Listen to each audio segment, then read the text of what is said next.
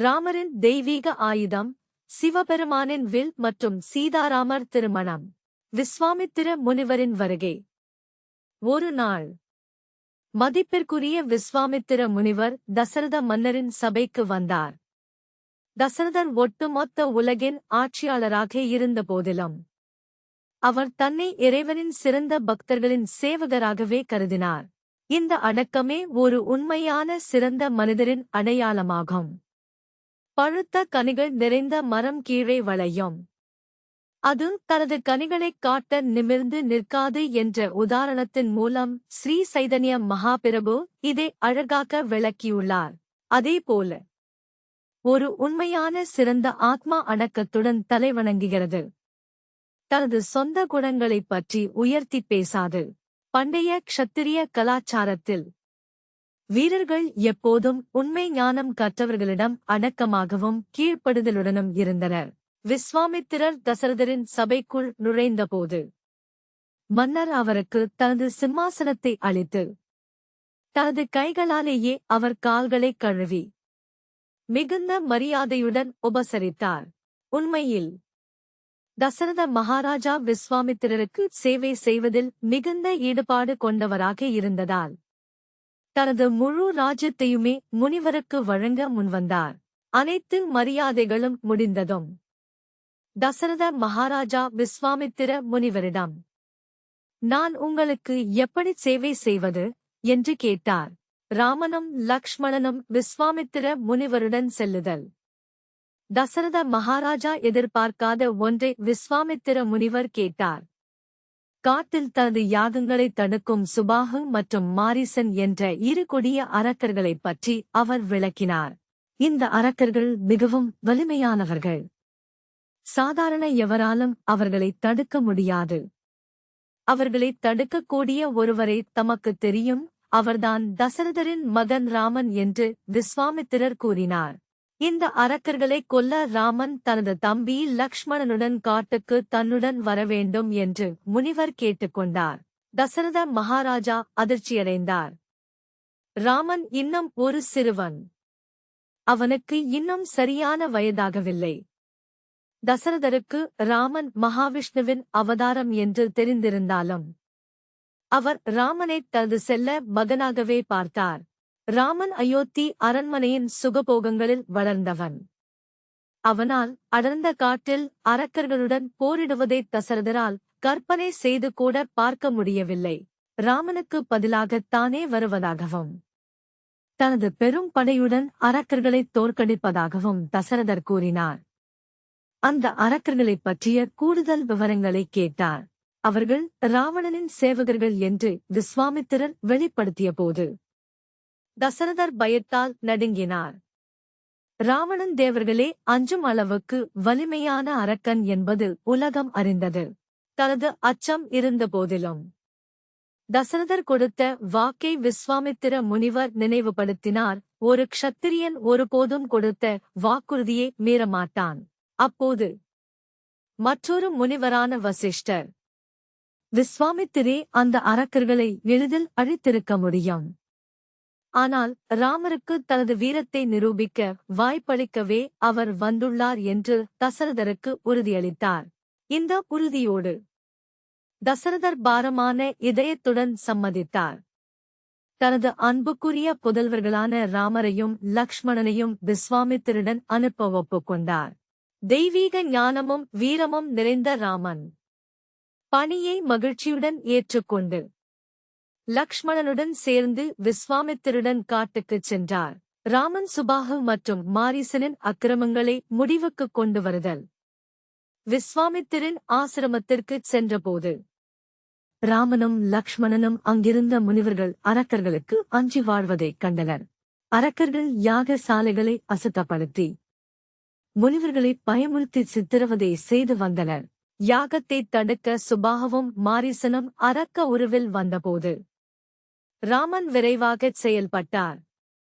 ஒரு அம்பால் சுபாகுவைக் கொன்று மற்றொரு அம்பால் மாரீசனைத் தாக்கி அவனை 800 மைல் தூரம் கடலில் விழும்படி தூக்கி எறிந்தார். அரக்கர்களின் பயங்கரத்தை முடிவுக்கு கொண்டு வந்ததற்காக முனிவர்கள் ராமன் மற்றும் லக்ஷ்மணன் மீது மிகுந்த மகிழ்ச்சியும் நன்றியும் கொண்டனர். ராமனும் லக்ஷ்மணனும் தெய்வீக பிறவிகளாக இருந்த போதிலும் அவர்கள் அடக்கத்துடன் முனிவர்களை வணங்கினார்கள். இது அவர்கள் தனது பக்தர்களுக்கு சேவை செய்வதை காட்டுவதாக அமைந்தது. ராமனும் லக்ஷ்மணனும் விஸ்வாமித்திர முனிவருக்கு சேவை செய்தல். விஸ்வாமித்திர முனிவர் தங்களை காட்டிக் கொடுத்த தியாகத்தை பாராட்டி ராமனுக்கும் லக்ஷ்மணனுக்கும் தொடர்ந்து அறிவுரைகளை வழங்கினார். தெய்வீகமானவர்களாக இருந்தாலும் ஒரு ஆன்மீக குருவை அணுகுவது, அவரிடம் பணிவாக கேட்பது மற்றும் சேவை செய்வதன் முக்கியத்துவத்தை ராமனும் லக்ஷ்மணனும் முன்மாதிரியாக காட்டினர். அவர்கள் விஸ்வாமித்திருடன் எங்கு சென்றாலும் விறகு சேகரிப்பது, முனிவரின் கால்களை பிடிப்பது போன்ற பணிகளைச் செய்தார்கள். குருவை அணுகி அடக்கத்துடன் கேட்டுச் சேவை செய்ய வேண்டும் என்ற விதியை உலகிற்கு உணர்த்தவே அவர்கள் இவ்வாறு செய்தார்கள். விஸ்வாமித்திரின் ஆசி பெறாமல் ராமன் எந்த ஒரு முக்கிய காரியத்தையும் செய்ய மாட்டார். ராமன், லக்ஷ்மணன் மற்றும் விஸ்வாமித்திரர் மிதிலைக்குச் செல்லுதல். ஒரு நாள் ஜனக மன்னரின் மிதிலை நகரத்திற்கு புனித பயணம் மேற்கொள்வதாக விஸ்வாமித்திர முனிவர் ராமனிடம் கூறினார். அவர்கள் வந்ததும் விஸ்வாமித்திரின் வருகையை அறிந்த ஜனக மகாராஜர் தனது அமைச்சர்கள் மற்றும் முனிவர்களுடன் அவர்களை வரவேற்க வெளியே வந்தார். ராமரின் தெய்வீக அழகைக் கண்ட ஜனகர் பிரமிப்படைந்து அவரை பற்றி விசாரித்தார். விஸ்வாமித்திர முனிவர் ராமரையும் லக்ஷ்மணனையும் தசரதரின் புதல்வர்கள் என்று அறிமுகப்படுத்தினார். பிறகு மிதிலையில் நடைபெறவுள்ள வில் வைபவத்தை பற்றி விளக்குமாறு ஜனக மகாராஜரிடம் கேட்டார். தேவர்களுக்கும் அசுரர்களுக்கும் இடையே நடந்த போரின் போது சிவபெருமான் தனக்கு ஒரு வெல்ல முடியாத வில்லை அளித்ததாக ஜனக மகாராஜர் கூறினார். அந்த வில் மிகவும் வலிமையானது. இதுவரை யாராலும் அதில் நான் ஏற்ற முடியவில்லை. யார் ஒருவன் அந்த வில்லில் நான் ஏற்றுகிறானோ அவனுக்கே தனது மகள் சீதையை திருமணம் செய்து கொடுப்பதாக ஜனகர் சபதம் செய்திருந்தார். ராமன் மற்றும் சீதையின் முதல் சந்திப்பு. வில் வைபவத்திற்கு முன்பே ராமனும் சீதையும் ஒருவரை ஒருவர் பார்த்து கொண்டனர்.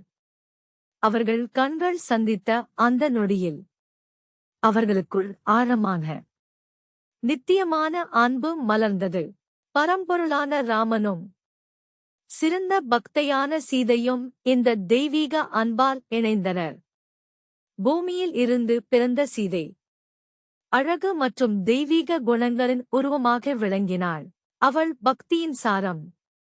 அவளது வாழ்க்கை ராமரின் மகிழ்ச்சிக்காகவே அமைந்தது.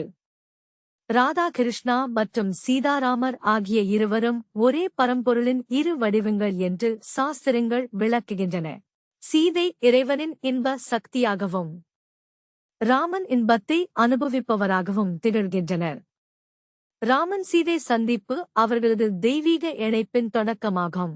ராமன் வில்லை வளைத்து நான் ஏற்றுதல் வைபவம் தொடங்கியதும் ராமன் வில்லை உயர்த்தி தன்னை திருமணம் செய்து கொள்ள வேண்டும் என்று சீதை மனமுருகி வேண்டினாள். சீதையின் விருப்பத்தை அறிந்த ராமன் விஸ்வாமித்திர முனிவரின் ஆசியை வேண்டினார். முனிவரின் ஆசியுடன் இதுவரை யாராலும் தூக்க முடியாத அந்த பிரம்மாண்டமான வில்லை நோக்கி ராமன் நடந்தார். மிதிலை மக்கள் ராமரின் அழகைக் கண்டு வியந்து அவரே சீதையை மணக்க வேண்டும் என்று வேண்டினார்கள். ராமன் வில்லை அணுகி மிக லாவகமாக அதைத் தூக்கினார். அவர் நான் ஏற்றி இழுத்தபோது வில் வளைந்து பெரும் ஓசையுடன் இரண்டாக உடைந்தது. அந்த சத்தம் உலகம் முழுவதும் எதிரொலித்தது. வில் உடைந்த வேகம் எவ்வளவு வலிமையாக இருந்ததென்றால் ராமன், சீதை, விஸ்வாமித்திரர், லக்ஷ்மணன் மற்றும் ஜனகரைத் தவிர அங்கிருந்த அனைவரும் மயக்கமடைந்தனர். வானுலக தேவர்களும் அதிர்ந்தனர். அனைவரும் உணர்வு திரும்பியபோது ராமன் உடைந்த வில்லுடன் வெற்றியாளராக நிற்பதைக் கண்டனர். மிதிலை மக்கள் மகிழ்ச்சியடைந்தனர். சீதை தனது தந்தையின் ஆசியுடன் ராமருக்கு வெற்றி மாலையை அணிவித்தாள். சபை முழுவதும் ராமரின் திருநாமத்தைச் சொல்லி ஆரவாரம் செய்தது. ராமன் வில்லை உடைத்த அந்த இடம் இன்றும் மிதிலையில் இந்த தெய்வீக நிகழ்வுக்குச் சான்றாக உள்ளது.